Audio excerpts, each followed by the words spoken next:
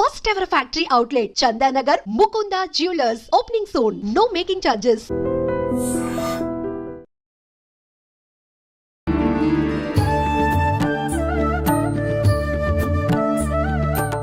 నమస్కారం, welcome to I dream. ధర్మ మార్గం విత్ విజిత కార్యక్రమానికి స్వాగతం. ప్రస్తుతం మనతో పాటు ఉన్నారు సమన్వయ సరస్వతి వాగ్దేవి పుత్రులు బ్రహ్మశ్రీ సామవేదం షణ్ముఖ శర్మ గురువుగారు. ఇప్పుడు గురుగారితో మాట్లాడి మరిన్ని విషయాలు తెలుసుకుందాం. మనకున్న సందేహాలన్నింటినీ కూడా నివృత్తి చేసుకునే ప్రయత్నం చేద్దాం. నమస్కారం గురుగారు. నమస్కారం అమ్మా. గురుగారు, ఆఖరణ ఒక చిన్న విషయం, అంటే ఆదర్శ దంపతులుగా ఎందుకు తీసుకోవాలన్నది మీరు చెప్పిన వివరణ అయితే నిజంగా చాలా బాగుంది. ఇప్పటి జనరేషన్ వాళ్ళకి నిజంగా అంత ఆదర్శంగా ఉండలేరేమో, కొంతలో కొంత ఉండాలంటే ఒక చిన్న మెసేజ్ ఏమిస్తారు? ఎప్పుడైనా మానవ సంబంధాలు నిలబడేవి సహనం, సర్దుబాటు, ఈ రెండింటి వల్ల నిలబడతాయమ్మా. అలాగే మన పూర్వతరాలన్నీ అలాగే నిలబెట్టుకుంటూ కుటుంబ వ్యవస్థను ఇక్కడి దాకా తీసుకువచ్చాయి. భార్యాభర్తలు ఎప్పుడు కలిసి ఉండాలి, అదొక్కటే. ఎందుకంటే విడిపోవడానికి కారణాలు వీళ్ళు వెతుకుతారు, కలిసి ఉండడానికి కారణాలు వెతికితే అవి కనబడతాయి. మన శరీరంలో ఏదో ఒక అనారోగ్యం వచ్చిందనుకోండి, శరీరం విడిచిపెట్టాలనుకోం కదా, దాన్ని సవరించుకోవాలనుకుంటాం, లేకపోతే దాంతోపాటు బతికేస్తాం. ఎందుకంటే శరీరానికి ప్రాణానికి ఎంత అనుబంధం ఉంటుందో భార్యాభర్తలు కూడా అంతే అనుబంధం ఉండాలి. పరస్పరం ఇద్దరు స్నేహితులు కనుక సహనము, సర్దుబాటు. ఒకరు హద్దు తప్పితే ఇంకొకరు కాస్త సహనం వహించి వాళ్ళని సవరించే ప్రయత్నం చేయాలి, సర్దుబాటు చేసుకునే ప్రయత్నం చేయాలి. వీటితోనే ఏ రిలేషనే నిలబడుతుంది. ఎందుకంటే విడిపోతూ వెళ్తూ ఉంటే ఎవరితో సర్దుకోగలరు? కాబట్టి అది నిలుపుకోవాలి. ఎందుకంటే కుటుంబం కోసం నిలుపుకోవాలి. మొట్టమొదట వివాహమైన తొలి దశల్లో వాళ్ళిద్దరూ ఒక అన్యోన్యానికి, సామరస్యానికి రావడం కొంత సమయం పడుతుందమ్మ.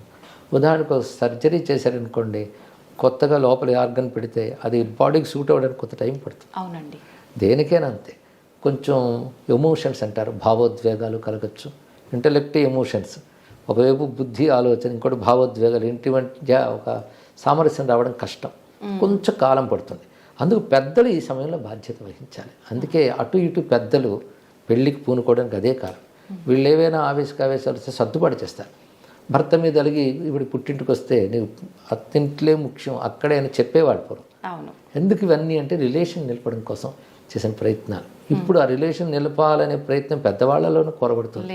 వీళ్ళు తొందరపాటే, వాళ్ళు తొందరపాటే. ఏదైనా ఇబ్బంది వచ్చిందంటే అక్కడికన్నా ఇక్కడే ప్రశాంతంగా ఉంటావు, వదిలేసి వచ్చేయనేటట్టుగానే ఉన్నాయి పెద్దవాళ్ళ మాటలు కూడా. అవునమ్మా. సుఖంగా బ్రతకడం కంటే ధర్మంగా బ్రతకడం గొప్పది. అది నేర్పాలి. కాస్త సహించేన కష్టాన్ని ఓర్చుకునైనా ధర్మాన్ని కాపాడుకుంటే ధర్మం ఎప్పుడైనా మనల్ని కాపాడుతుంది. అలా ధర్మం బేస్డ్గా రిలేషన్స్ ఉండాలి. అంతేగాని మనం మనస్సు చెప్పినట్టు అనుబంధాలు ఉండకూడదు, ధర్మం చెప్పినట్టు అనుబంధాలు ఉండాలి. అది భావోద్వేగాలు అనుబంధాలు నిర్ణయించకూడదు, ధర్మం నిర్ణయించాలి. అలా ధర్మబంధమైన అనుబంధాల గురించి చెప్పే కనుకనే రామాయణం లాంటి గ్రంథాలు మనకు నిలబడిపోయాయి. ఈ విధానం అంతా కరెక్ట్గా ఉండాలి, ఇలాంటివి జరగకుండా అంటే పిల్లల్ని పెంచేటప్పటి నుంచే మనం ఇలాంటివన్నీ కూడా అలవర్చాలంటారా గురుగారు? అవునమ్మా. మైండ్ సెట్ ఎలా చేసామనేది చాలా ముఖ్యం. నిన్న మొన్నటి తరాల వరకు కూడాను బాహ్యంగా ఏం చదువుకున్నా ఈ ధర్మం పిల్లలకు అందేటట్టు ఇంటి ద్వారా అందించేవారు. ఇప్పుడు పిల్లల జీవితం విద్యార్థి దశ నుంచే ఇంట్లో తక్కువైపోయింది, ఇంటితో అనుబంధం తగ్గిపోయింది. అవునండి. పెద్దవాళ్ళకు కూడా తెలియని కాలమే వచ్చేసింది, కానీ తెలుసుకోవాలి. అందుకు ఇదిగో ప్రవచనాల ద్వారా, సద్గ్రంథాల ద్వారా అందించే ప్రయత్నం చేయాలమ్మా. చిన్నప్పటి నుంచి ఇలా నేర్పుతూ ఉంటే ధర్మం యొక్క ప్రాధాన్యత తెలుస్తుంది, వాళ్ళే కాపాడుకోగలరు తర్వాత. గురుగారు, కాలం విషయానికి వస్తే ఇందాక మీరు స్టార్టింగ్లో చెప్పినప్పుడు కాలం గురించి, కాలం ఎప్పుడూ మంచిదే, ప్రతిరోజు కూడా మంచిదే, ఏది అంటే చెడ్డది కాదు, ఏది మనకు అపాయం చేయదు అని చెప్పి. కాలము అంటే ఒక సమయం కింద తీసుకున్నాం అనుకోండి, ఆ సమయాన్ని ఎవరు ఎలా ఉపయోగించుకుంటున్నారో దాన్ని బట్టే వెళ్తుంది.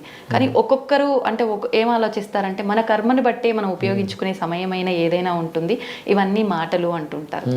ఏం చెప్తారంటే ఇటువంటి మన కర్మని బట్టి అంటే ఒకప్పుడు మనం చేసుకున్న కర్మేగా, అది కూడా మనం చేసిందే కదా, తానంత తాను రాదు కనుక ఒకప్పుడు మనం చేసుకున్న దాని ప్రకారం ఉన్నప్పుడు అదేంటో మనకు తెలియదు కనుక ఇప్పుడు మనం చేయాల్సిన జాగ్రత్త పడాలి.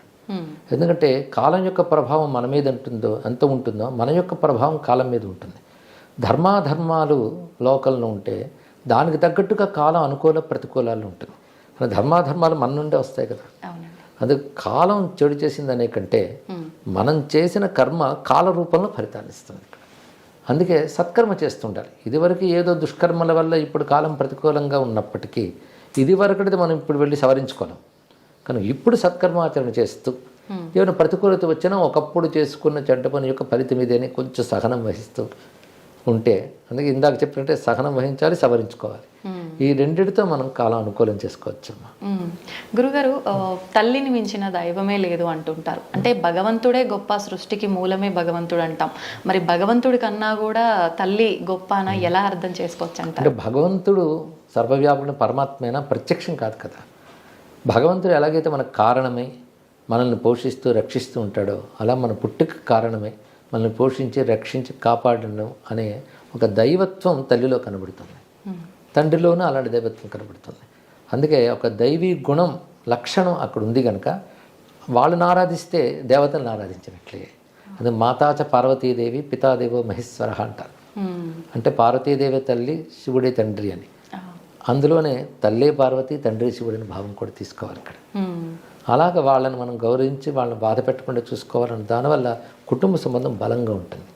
కనుక ఏ పిల్లవాడైతే తల్లిదండ్రులను గౌరవిస్తాడో ఆ పిల్లవాడు తాను కూడా తండ్రో తల్లో అవుతాడు. అప్పుడు వాడు ఆదర్శంగా నిలబడతాడు. కనుక ఇది పరంపరను కాపాడుతుంది. గురుగారు, శివుడు అన్నారు కాబట్టి నాకు ఒకటి అడగాలనిపించింది. ఇది నా పర్సనల్ క్వశ్చన్ అనమాట. నాకు శివుడు అంటే అది భక్తి అని చెప్పలేని ఒక రకమైన పిచ్చి. ప్రతి పని చేసినా, ఏ పని చేసినా కూడా శివుడు శివుడు, నా శివయ్య నా శివయ్య అని ఒక ఇంట్లో పర్సన్ లెక్క నేను ఫీల్ అవుతా.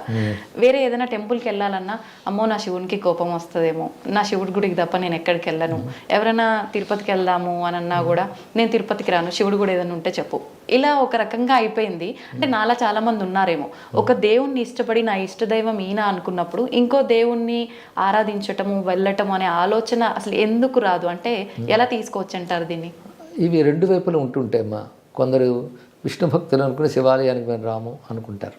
ఇది కొంచెం మనస్తత్వం వల్ల కూడా అనిపిస్తుంది. అలా అనిపించిన ప్రేమకు సంకేతమే.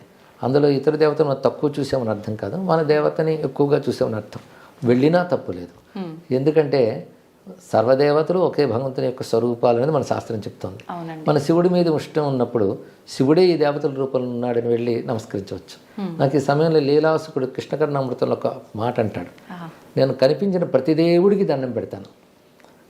ఏమడుగుతానంటే నా కృష్ణుడిపై నా భక్తి మరింత పెరిగేలాగా ఆశీర్వదించమని అడుగుతాను. నందస్య పుణ్య నిచయే మా భక్తి రస్తు అంటాడు. అద్భుతం, బాగుంది కదా. అలాగే మనం కూడా ఈ దేవతలందరినీ అంగీకరిస్తాం సనాతన ధర్మంలో. కనుక మన ఇష్టదైవం మీద భక్తి పెరిగేలాగా వీళ్ళు అనుగ్రహించవచ్చు. దేవతలకు ఏమైనా కోపం వస్తుందా అండి? అలాంటి ఏవీ లేవు, మనం ఏర్పరచుకున్న భావాలే.